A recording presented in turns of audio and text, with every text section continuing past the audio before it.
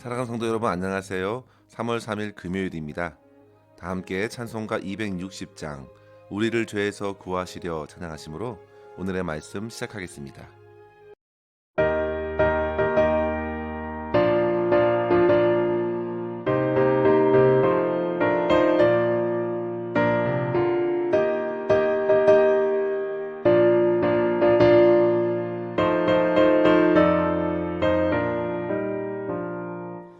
우리를 죄에서 구하시려 주 예수 십자가 지셨으니 기쁘게 부르세 할렐루야.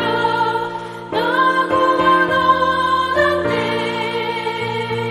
찬송하세 찬송하세 주님 나를 구하셨네.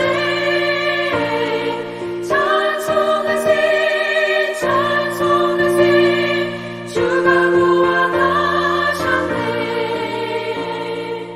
우리를 주께서 구했으니 이전에 행하던 악한 일과 주하고 더러운 모든 죄를 온전히 버렸네. 찬송하세 찬송하세 주님 나를 구하셨네. 찬송하세 찬송하세 주가 구원하셨네.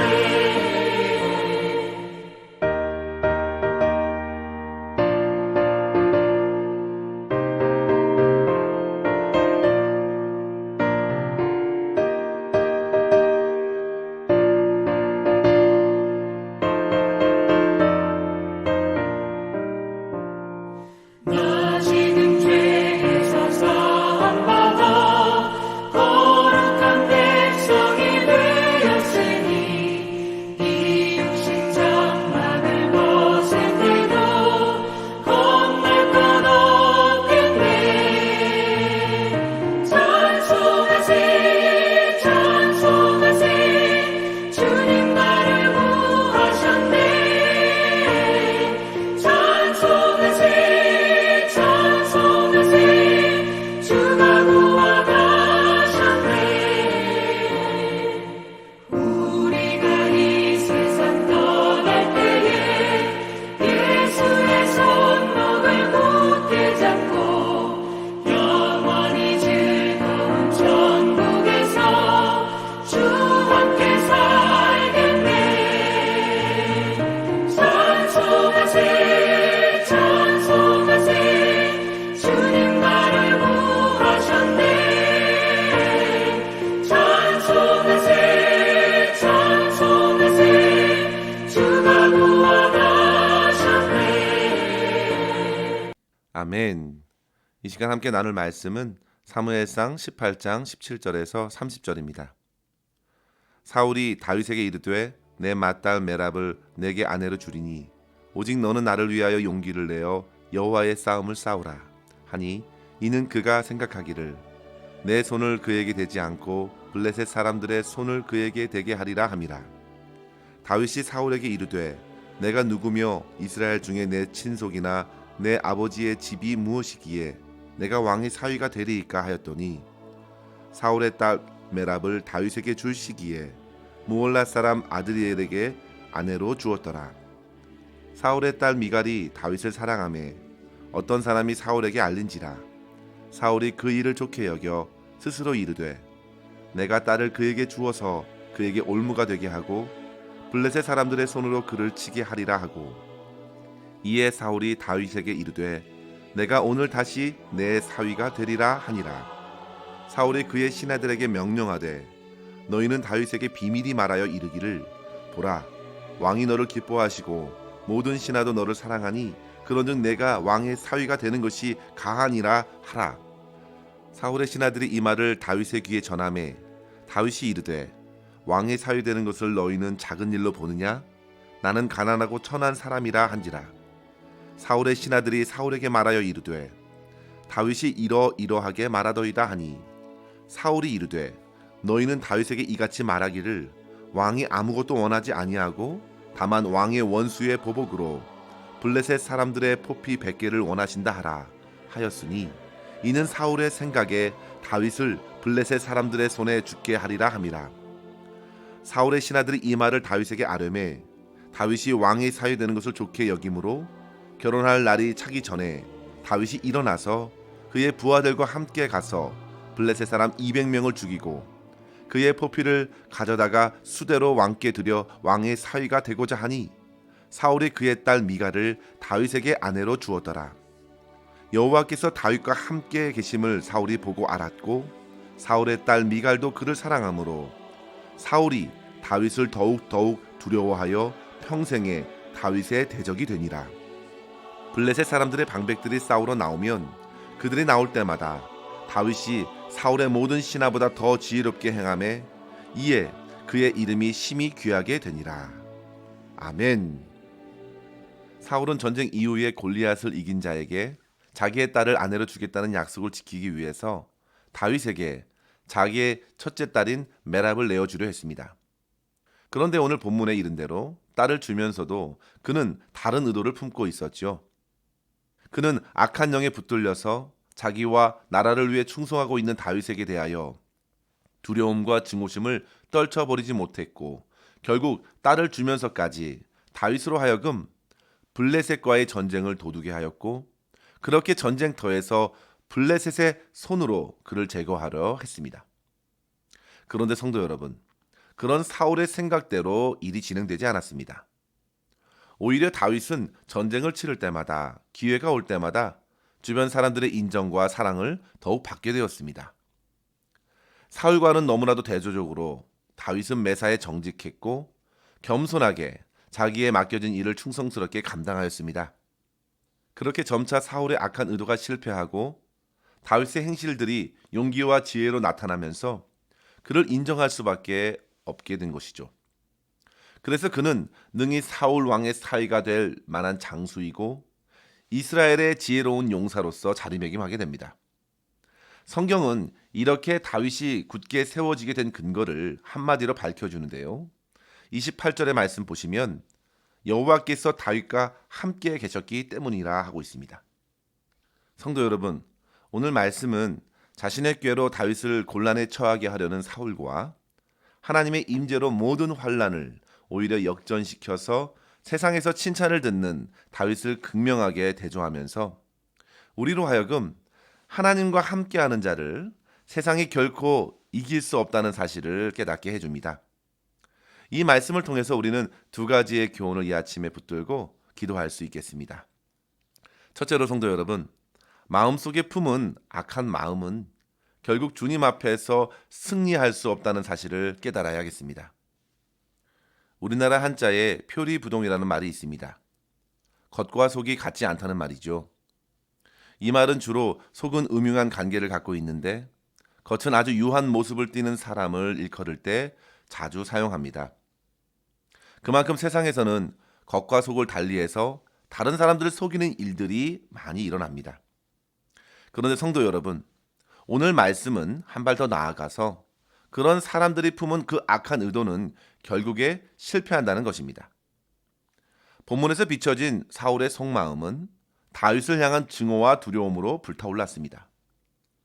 이미 그는 마음에서 그를 죽였습니다. 그리고 실제로 그 마음을 실행으로 옮기려는데 자기의 손에는 피를 묻히고 싶지 않았고 그런 평판 또한 얻고 싶지 않았습니다. 오직 사울은 신하들과 백성들에게는 약속을 잘 지키는 신실한 왕으로서 나타내고 싶었습니다. 그래서 맏딸 메랍을 다윗에게 주려 한 것입니다. 그러나 다윗은 자기의 처지에서 사울 왕의 사위가 될 수 없다고 극구 사양합니다.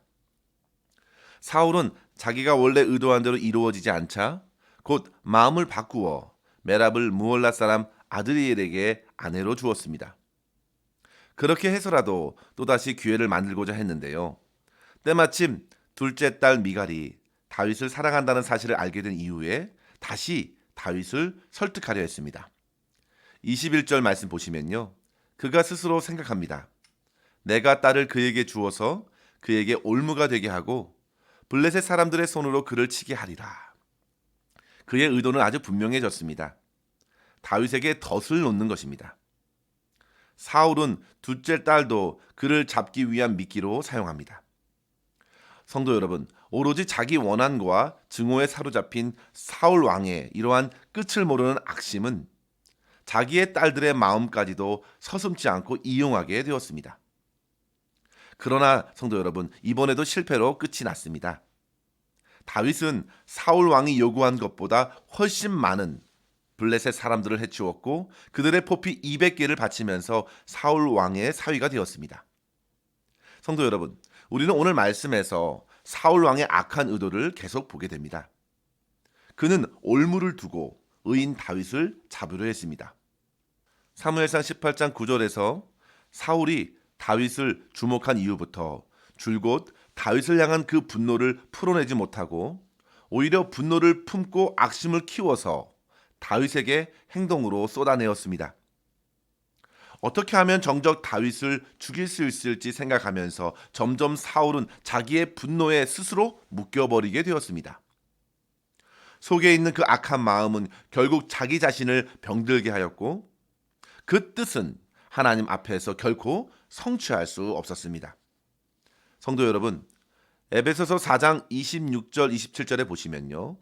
분을 내어도 죄를 짓지 말며 해가 지도록 분을 품지 말고 마귀에게 틈을 주지 말라 했습니다.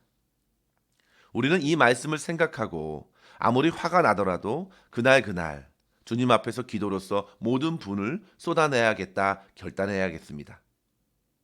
만약 마음의 분노가 그 하루를 넘기고 지나치게 되면요. 그것은 결국 내 영혼을 괴롭히고 미움과 증오로 굳어져서 언젠가 행동으로 나타나게 될 것입니다.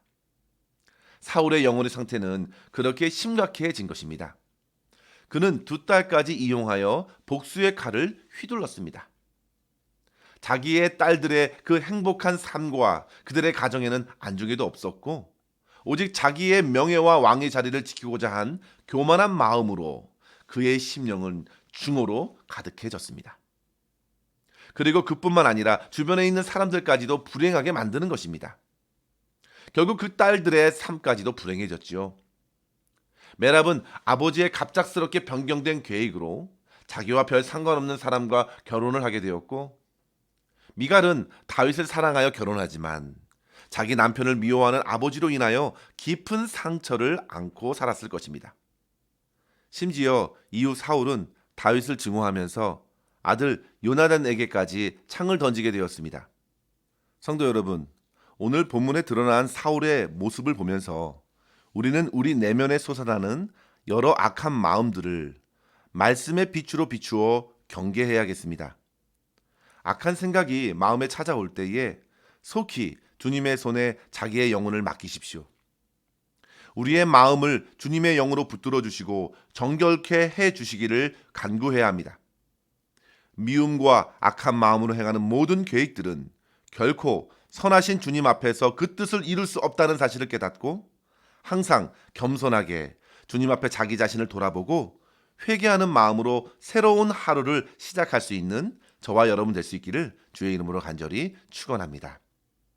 둘째로 성도 여러분, 하나님의 임재 안에서 주어진 모든 일들을 성실하고 충성스럽게 감당하십시오. 성경은 다윗이 사울의 모든 요구를 넘치도록 감당할 수 있었던 이유를 그의 용기나 그의 능력으로 보지 않고 하나님께서 함께 하셨다고 말하고 있습니다. 대적 사울이 보고도 두려움을 느낄 정도였습니다. 이스라엘 사람들도 그의 지혜와 충성과 용기를 보고 다윗을 사랑하였고 미갈도 아들 요나단도 그를 사랑하였습니다. 그리고 30절에 보시면요. 블레셋 방백들도 다윗이 지혜롭게 행하는 것을 보고 놀라지 않을 수 없었습니다. 성도 여러분, 다윗은 한 번도 자기 입으로 하나님께서 나와 함께 하신다고 증언한 적이 없습니다.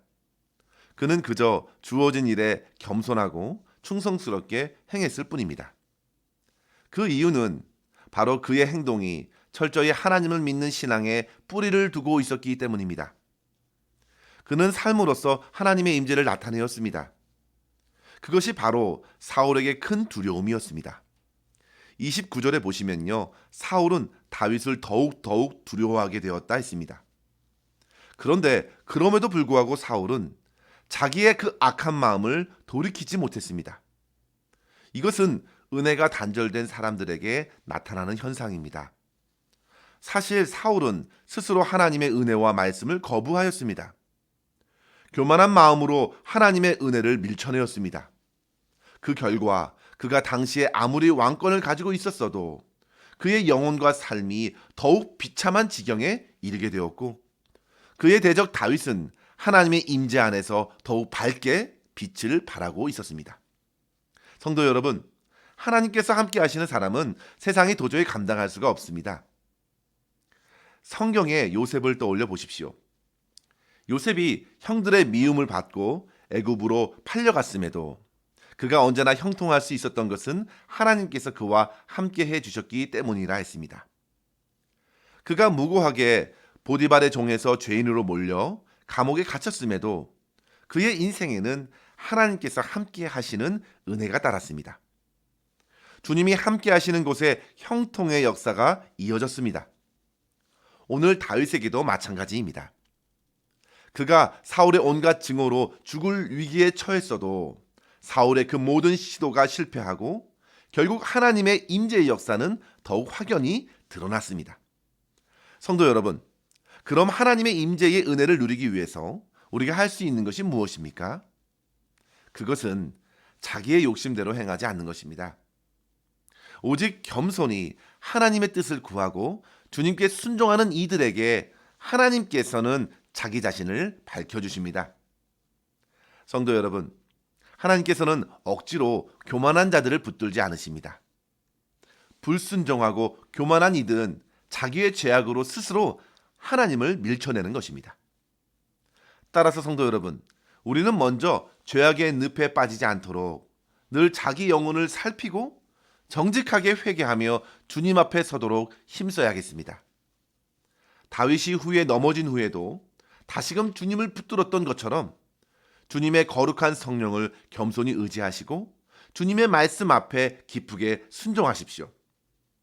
주님께서 저와 여러분에게 원하시는 것은 어떤 화려하고 큰 업적이 아닙니다. 그저 하나님을 사랑하는 마음으로 주님과 주님의 말씀에 우리의 마음을 활짝 여는 것입니다. 필리핀 선교사였던 프랭크 루박은 하나님의 임재를 경험하는 태도에 대해서 이렇게 고백하였죠. 나는 오로지 문을 열기만 했습니다. 나머지는 하나님께서 다 하셨습니다. 이것이 그가 하나님의 임재를 체험했던 비결이었습니다. 하나님을 향하여 온 마음을 활짝 열 때 이후에 하나님께서 다 하셨다고 그는 고백합니다. 그처럼 하나님께서는 우리의 마음 밖에서 우리의 마음 문이 열리길 기다리십니다. 성도 여러분, 삶에 고난이 많아서 힘든 것이 아닙니다. 하나님이 없으면 힘이 듭니다. 고난이 오고 사방으로 대적이 다가오고 사탄이 광명의 천사로 온갖 계략으로 우리를 속이며 달려들지라도 하나님의 임재 안에 있는 사람들은 주님께서 그 모든 시험을 감당케 하시고 때로는 피할 길을 내셔서 능히 모든 것들을 이겨내게 하십니다. 오히려 많은 고난으로 더욱 승리하게 될 것이고 주변의 사람들에게 하나님께서 함께 해주시는 그 은혜와 지혜를 나타낼 수 있게 하실 것입니다. 이러한 역사를 오늘도 풍성히 경험할 수 있는 저와 여러분 될 수 있기를 주의 이름으로 간절히 축원합니다. 기도하겠습니다. 하나님 아버지 감사합니다. 오늘도 주님께서 말씀으로 우리의 심령을 깨워주시고 우리의 온 마음을 열고 주님을 바라보고 주님을 의지하게 하시니 감사합니다. 아버지 하나님, 우리 안에 모든 교만한 마음, 증오와 악한 마음을 그리스도 보혈의 능력으로 제하여 주시고 주님의 사랑과 그 용서하시는 은혜를 힘입고 일상의 삶에서 주님과 동행하게 하여 주시옵소서. 주님, 주어진 모든 일들을 성실하고 충성스럽게 감당하게 하여 주시고 모든 세상의 악한 시험에서 저희들을 건져 주시옵소서. 우리의 삶을 통해서 주님의 임재와 영광이 나타나게 하여 주시고 주님 안에서 참된 평강을 누림으로 하나님께 영광 돌리고 주님을 찬양하는 삶을 살게 하여 주시옵소서. 오늘도 우리의 모든 삶을 주님의 손에 의탁하옵고 감사드리며 우리 구주 예수님의 이름으로 기도하옵나이다. 아멘. 사랑하는 성도 여러분, 오늘도 주 안에서 승리하시기를 바랍니다. 감사합니다.